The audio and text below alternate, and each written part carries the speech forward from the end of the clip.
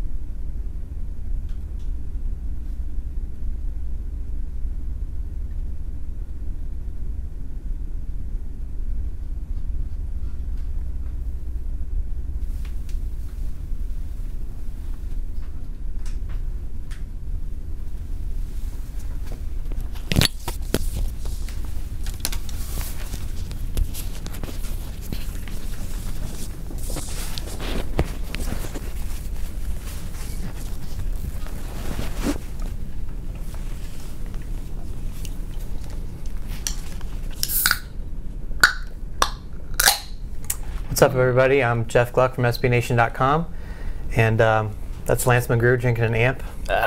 Appropriate to start the day. You're on AmpUp88.com. This is the place where you come to amp up before the race each week, so we're happy to have you. Just a reminder before we get started, there's some really cool things about AmpUp88.com. The one that I always think is the coolest, Lance, is that if they go there every day, they have a Dale Jr. autographed item to give away every single day. Every single day? So that's probably a lot of autographs. I don't get him to sign that much stuff. That's pretty impressive. I know, right? So I tried to get him to do a hero card last week, and it was like pulling teeth. Just one? Just one. Oh. You can also see a video from Dale Jr. himself talking about Talladega, and I imagine that's before he shaved, so you can compare before and after. And then you can also follow TJ Majors on Twitter. He was just in here talking to us, harassing you a little bit. Imagine that. Before that, yeah. So, and then next week we'll have Kelly Earnhardt, and that'll be at 12:30, same time, Wednesday, April 28th. So that'll be cool. But right now, that's Lance McGrew. So Lance, let's get things going here. And I know the first question, you know, everybody is actually wanting to know is about this beard thing. Were you, I mean, he kind of looked like a mountain man before. What did you think of it? Are you glad it's gone? I'm not a big fan of the beard. I hope it wasn't like the Paul Bunyan effect or whatever, you know, or you know, cut the hair and all the luck goes away. But he liked it. I don't care either way. It doesn't really matter to me. But I have gotten probably more emails and text about the beard than pretty much anything else. It doesn't really matter where we finish. They all want to know about the beard. So what's with the beard? Why you have the beard? Do you like the beard? Do you hate the beard? But so it's like second at Daytona. I think the beard has its own Twitter page, which is pretty impressive. That's true. That's actually true. Dale Jr.'s beard had its own Twitter page. Yeah, so I guess that has to go away now. So yeah, I'm sure the beard will reappear at some point in time. But. Yeah. All right. Cool.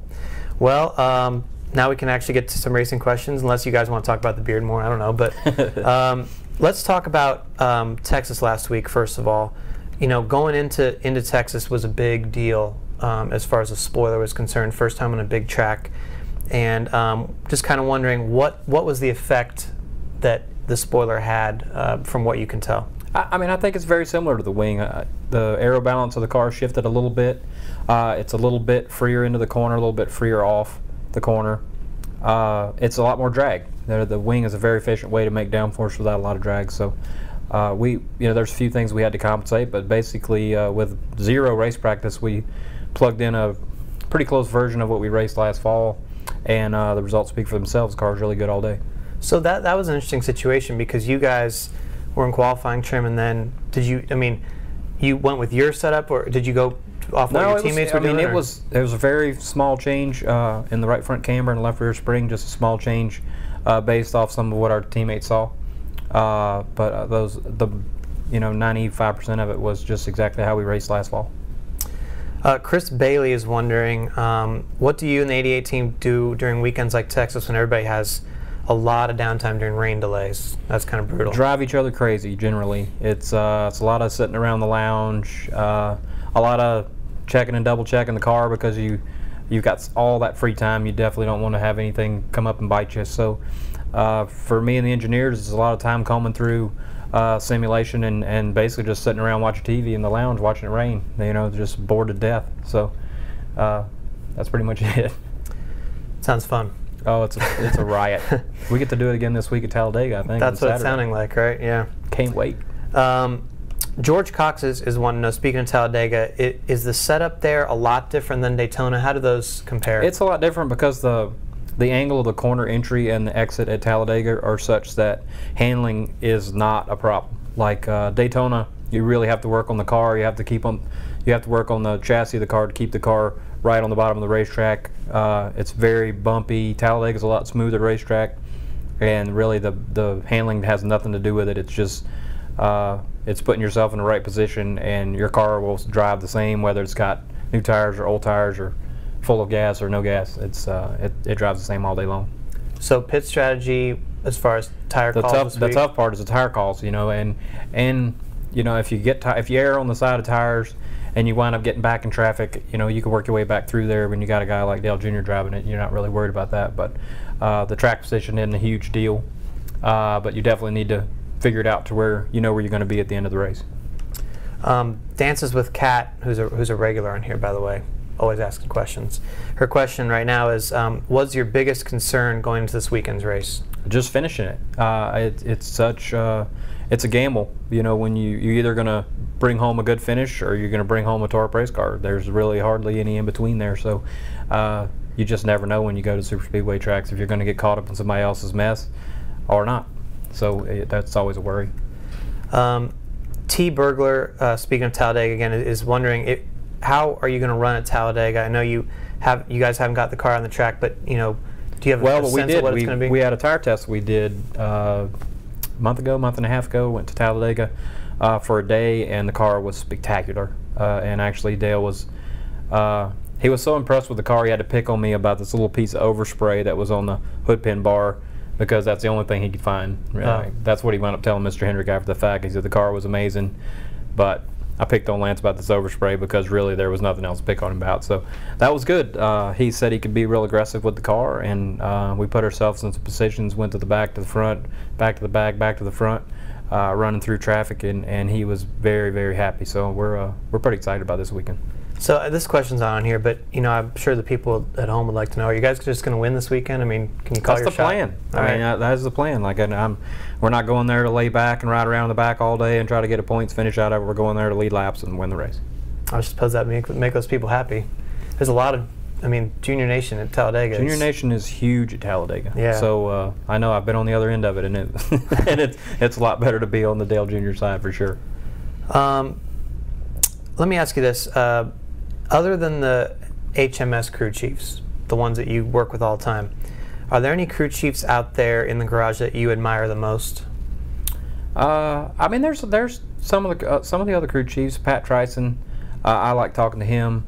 Todd Barrier, there's a lot of crew chiefs there that are just good people, and you just enjoy talking to them. We don't talk shop a whole lot. It's just what are you working on at home, or what are you just different things. But yeah, there's lots of crew chiefs that you have a lot of respect and admiration for basically what they've contributed to NASCAR over the years, and what they still bring to the table after. I like to pick on Pat Trice and call him old timer because he's so much older than me, and he calls me young gun and stuff. But it's just kind of a fun relationship. It's nice to have friends that you can count on for different reasons away from the racetrack. Ashley McCubbin's wondering, we talked about the spoiler. With that latest change, is there anything else that NASCAR needs to do to make any more rule changes to the car, or are you satisfied with how it is now? I mean, I would personally like to see a little bit different aero balance on the car, an easier way for us to get a little more total downforce in the car. But I think it is what it is for now. Rumor has it that they're going to do a new car altogether again, a new body change in 2013. So that gives us another couple years to sort this one out. But I think pretty much you've seen what you're going to see out of it for quite a while now. Well, with the development, if that car were to come along in 2013, how far out would you guys start developing that? A year. We'd be out ahead of it a year, I'm sure. And I think a lot of it is going to be in the nose. I think that you're going to see a lot more like the Nationwide car, the Nationwide COT car they're developing now, where you won't see the big splitter stays in the front of the car anymore. The bottom part of the nose will be extended out, and you'll see a lot shorter splitter outside of the car. There'll be more underneath the car that you won't be able to see. But I don't know how many other changes you're going to see. Philip Kennedy is wondering, how long have you been here at Hendrick, and also what is your favorite paint scheme that Junior's ever run? I've been here for 10 years. I was at Gordon Evernham, actually, which is to me the same thing, for 2 years before that, so it's been about 12 years total. Probably, I don't know, I really like the camo paint jobs, depending on, they're all very similar. And I tell you what, a real sharp race car is the car that we're going to have at the All-Star race, is very, very sharp. I've just saw some renderings of it today, so I'm looking forward to doing that. And future the 600 car is pretty amazing looking as well. So I don't know. My personal favorite has been the silver. I definitely like the Lightning car that we ran at Martinsville. It's just a really sharp looking race car, and probably to date. But the camo ones, to me, I guess they continue to make me think about the military service and what the National Guard does for us and all of our freedoms. So it's a real honor to represent AMP and the National Guard as far as that with that paint scheme. Mm-hmm. A lot of people are asking this, and maybe it's something Junior said on the radio this week, I'm not sure, or maybe he says it all the time. Can you explain what the term yaw means? I know it's a technical term, kind of. Can you tell people what that's all about? It's when he says the car is all yawed out, he's basically talking about the tail of the car is swinging out where the car feels loose, like it's going to spin. And sometimes it doesn't yaw enough for him, where the tail's not sliding enough, or feels like it's sliding enough, or sometimes it yaws too much. So that's basically what we refer to yaw in the wind tunnel as. Positive yaw would be swinging the tail to the left, negative yaw would be swinging the tail to the right. And how the car tracks around the racetrack, which we do with rear end tow or skew in the housing or whatever. But that's what he's talking about. He wants it to feel more yawed out. He wants the car to feel looser to him, to feel like the back is going to spin around on him, and that's how he gets the car pointed to get off the corner. So people hear that, they should think loose. He's talking about loose. If he wants it more yaw, he wants it to be looser. Okay. Tyler Johnson wants to know, what kind of street car do you drive? I have a GMC Denali pickup that is probably my absolute favorite. I'm just a truck kind of guy. I have dirt bikes and I throw stuff in the back, and I treat it like a truck. All right, you guys are, I think, 7th in points, and so 88 Junior Go Fan 88 or something like that. No, let me try this again. 88 Junior Fan Go 88. That's a lot of little words in one screen name. You're very good, by the way. Thank you. Nice correction. What grade do you give the 88 team right now? B minus. B minus. Even though you're 7th in points? Even though we're 7th in points, I just still don't feel like we're not where we need to be yet. I think I definitely saw a glimpse of a B plus team at Texas, and I would like to consider to see that, and I hope to see that this weekend as well. I'm a little more concerned about Richmond coming up. Every single week brings a different challenge, and I feel like we were not good at Richmond in the fall last year at all, even with the current car and everything we need to throw at it. So that's been my attention for the last couple weeks, trying to get better at Richmond. But all in all, I'm pleased with the team. I'm not one that's going to give perfect scores ever, because I don't think anybody's ever perfect. So I'm probably a little harder on them than they deserve it. But that's just kind of the name of the game. So you're talking about Richmond this week before we go to Talladega. How far out do you typically look at the races that are coming up? We try to stay 2 weeks out. in general, because the shop is working 2 weeks ahead of time. Like they put the engines in these Talladega cars last week, so they had to have setups for the Richmond cars this week. So we try to stay 2 weeks out in general, but it's difficult to do because you get so engrossed in the current week stuff that it's hard to forecast out. But it's just kind of part of what you got to do.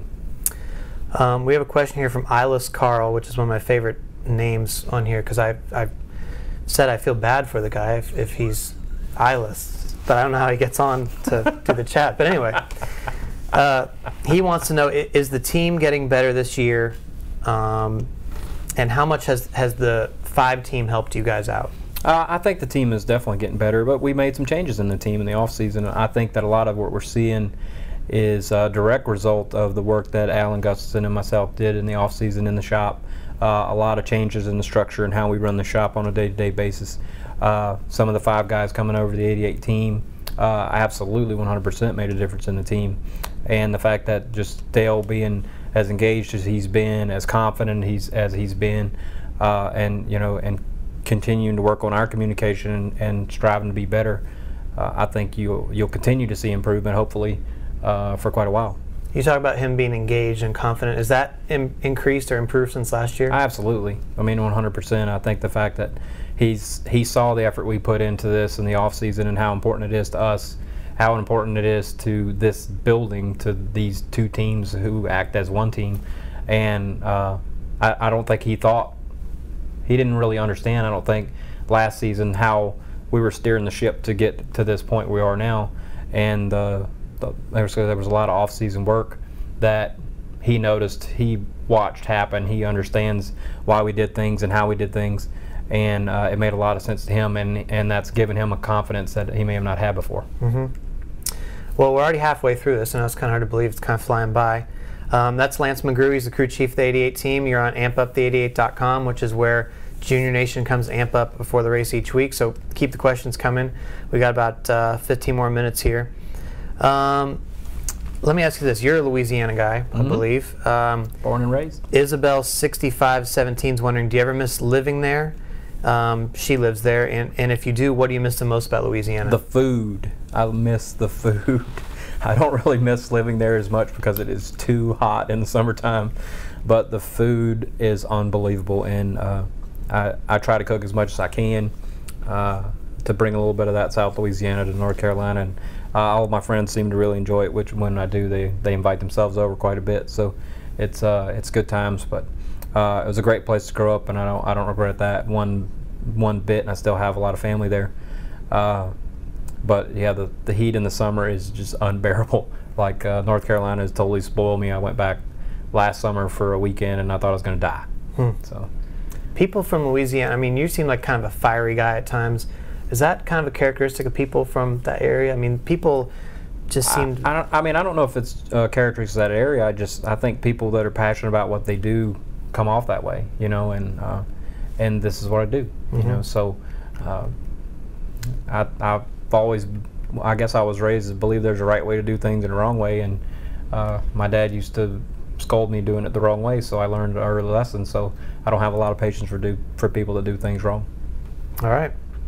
JSU Kim is wondering, do you feel any more pressure from the fans given that it's Talladega and like we talked about, kind of capital? No, Junior because Nation? it's almost one of those deals where it's out of your control. Yeah. It's you put the best car you possibly can put together. You're going to go out, hopefully you make it through practices, because it's your primary car for a reason.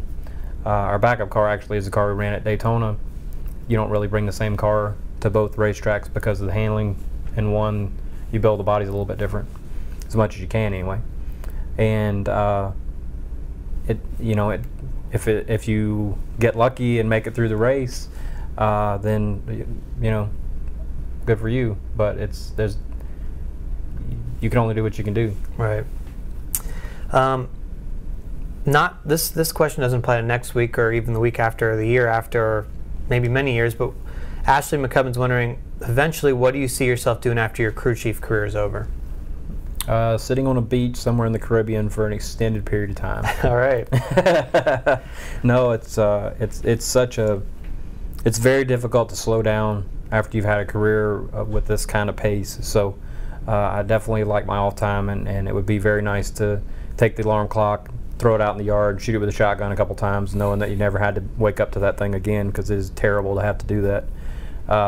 That's one of the things that I'm not particularly fond about at Talladega is they open the garage at 6. And when you stay an hour away, that means you get up about 4:15 and you're in the van at 5 and you drive to get there. So yeah, I look forward to a lot of days of not having to get up. That sounds good. Last year, speaking of Talladega, AMP brought the Zac Brown Band to do a concert in the infield.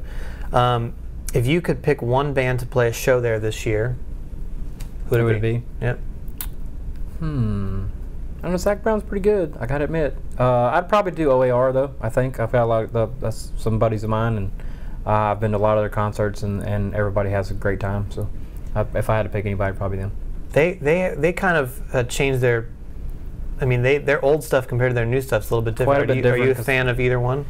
I appreciate both. I think that you know, obviously the old stuff didn't get any radio play because the songs are like 12 minutes long, you know, and there's only so many radio stations that are going to play that. But they definitely have changed a little bit. They've grown up.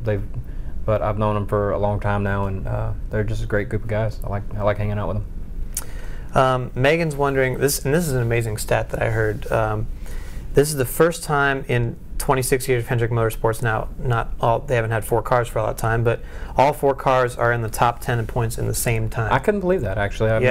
Marshall Carlson sent that out yesterday via email, and I was pretty shocked that they've never all been in the top 10 at the same time, which that's pretty amazing. So she's wondering, does that lead you to believe that this is the best the organization's ever been? I mean, is this kind of the peak that it's at right now? Well, I'd hate to say the peak. You know, well, I'm hoping it's still on the rise. Right, okay. You know, so there's no fall on the backside. But so far, so good. I think you know, all the crew chiefs and drivers get along so well, whether they bump into each other at Texas on the straightaway or not. You know, that's things that happen on the racetrack are really good about staying on the racetrack.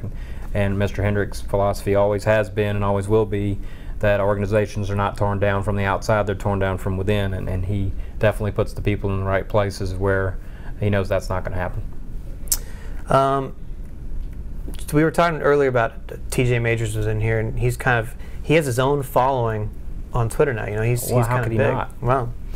Junior 88 Country Girl is interested in TJ, and she's wondering if you have any funny stories about him that you can tell us.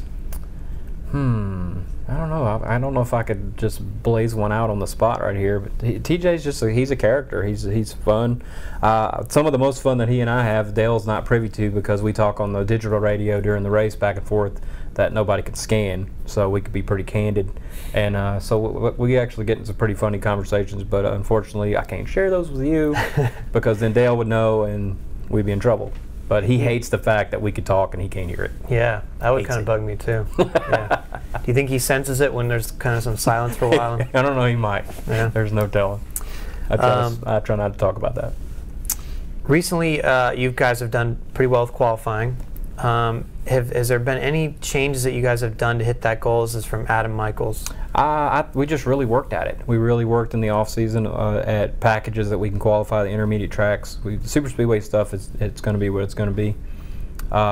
We did concentrate on trying to get that pole at Daytona, and I think we would have, but should have put a little more packer in the front. We bottomed out in turn 3, and we scrubbed a bunch of time off. Mark wound up getting the pole. Front row was good. But we've really, really worked hard on qualifying because it is just so much easier when you start up front to stay up front. It's hard to pass, spoiler, wing, whatever, on the back of the cars. The cars get really, really tight in traffic, and the further you go back, the harder it is. And then you work on your car and you work on your car to get good at running 18th, and then when you run 8th, the car's too loose because of the aero difference. It's very, very complicated. So we've made lots of concerted efforts to improve that, and it has been spectacular. Like I've been really, really happy with it. I think there's actually only 3 other cars that are ahead of us in average start position, and we are the highest at Hendricks Motorsports in average. So compared to last season, it's been spectacular, and I hope to continue that. That's kind of why we were in qualifying trim in Texas because the rain scared us out of that in California. So then we kind of did a half-ass, for lack of a better term, qualifying effort in California, and we paid for it all day. So pretty happy about that. So at least in qualifying, it's better than B-. Absolutely. Grade-wise. Yeah, our qualifying has been A so far. So which is good for you. That's very good. That's very good. It's actually like 9.7 average starting position, I think is what it is, which is pretty good.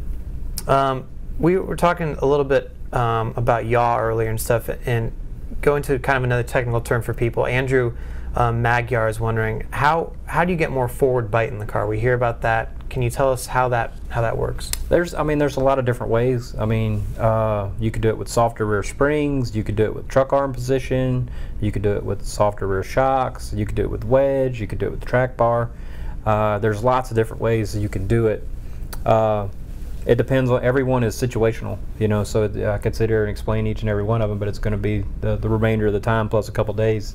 But there's lots of different ways you could attack that. You can actually do it with air pressure quite a bit too. On a short track, you could drop the rear air pressures a little bit, and that'll help your forward bite. But sometimes the lack of forward bite is caused by the car not turning in the center of the corner, and so the front tires aren't pointed where they need to be pointed. You have too much steering wheel input, and then when you go to pick up the gas, the back of the car just gets real loose.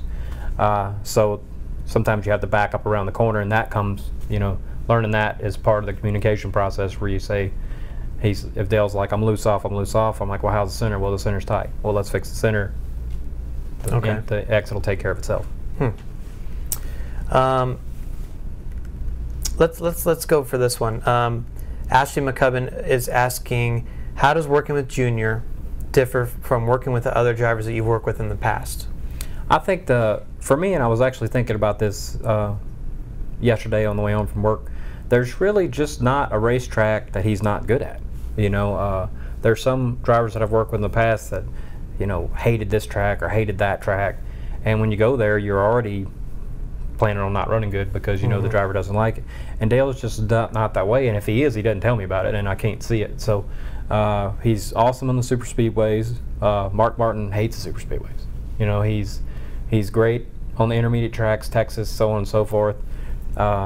And the short track stuff he's run super well at. He's won at Richmond. He's run the top 5 at Martinsville as much as anybody has, and all the other little short tracks. So I think that is the big key and the big bonus with working with Dale is he's just good everywhere. One thing I'm wondering is, you know, a lot of people out here hear your voice every single week on the team radio. They scan you at home and all stuff. Yep. How aware are you of when you're having conversations with Dale or TJ or whoever, of people are listening, and I mean, when you're talking, are you focused on, you know, shaping what you say, knowing that people are listening, or how does that work? I try to be the same. Sometimes that's not so good. Sometimes it's okay. But that's one of the things you have to realize with working with Dale and having, you know, tremendously high-profile sponsors like Amp and the Guard, is that everyone is listening to what you say, and it's not just the fans, it's the competitors. You know, it's NASCAR, it's everybody. So you have to conduct yourself professionally as much as you possibly can, and because if you don't, one, NASCAR is going to get you back, you know, and two, it's just the right thing to do. You know, it's not. I don't want to be known as, you know, the tyrant, or that I've, you know, had a tirade. You know, Dale and I were hollering at each other, screaming at each other on radio. I think it's unproductive. So you have to take the right steps and communicate the right way and ask the right questions, and the rest pretty much takes care of itself in general. Philip Kennedy is wondering, what is your favorite racing memory and the best memory that you've had just in your time with Junior? My favorite racing memory is winning that truck race with Ricky Hendrick at Kansas in '01. I think it was. That's definitely, without a doubt, my absolute favorite racing memory, because it's the only time I've seen Rick Hendrick speechless. Really? Which was cool. My favorite with Dale is the last couple laps of Daytona. I don't know how you can get any better than that. It was absolutely spectacular, and we were about 2 corners away from winning it all. So the cool part about that is I didn't have to watch it on TV. I didn't have to watch it on the Jumbotron or watch it on Time and Score, and I could hear it. I could hear the fans just erupt over my radio, over the cars, over everything. And I'm like, all right, we might be passing for the win here. And then before I even got turned around to the Jumbotron, which was pretty spectacular. So when you're on the pit box, I mean, is it tough in a situation like that to keep your emotions? I mean, I imagine you get tons of adrenaline at that point, and I mean.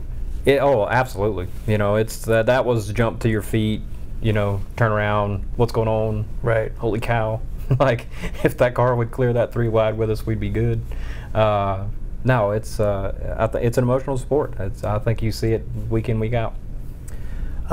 We only have time for 2 more questions. One is Sherry for CB. We just talked about how Junior doesn't like, or basically doesn't have a problem with any particular track. Let's talk about road courses for a minute.